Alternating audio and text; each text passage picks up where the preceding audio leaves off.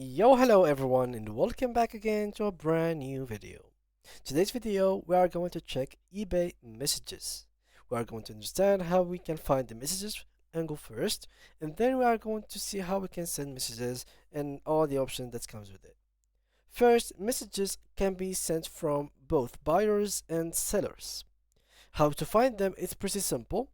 It's either you go, for example, right here and let's go to something like that, and we can go to the seller profile. So this is like after clicking here, this is the seller. So I clicked on him to see his profile, and from here I can click on contact and I will be able to contact them and send them message. Now after I contact them, for example, where can I find the history? Click on eBay summary, not summary, but anyway, just eBay. And then here, go to this menu. Under my eBay, you will find activity, messages, and accounts.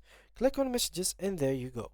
This is the place where you find every single message, your inbox, members, and read from members from eBay, and read from eBay, send, deleted, archive, and create folder. So here you can find information or basically messages from you, the seller or buyer, depending on who you are, and basically eBay members. So we can call them in general. So eBay members, or from eBay themselves. So eBay themselves, in case you are active and the seller, will come and send you messages and be like sending you promotions and some upgrade to your accounts, and depending on what you're doing, they can actually keep sending you emails and telling you that we have added your limits, increased your selling limits, and etc.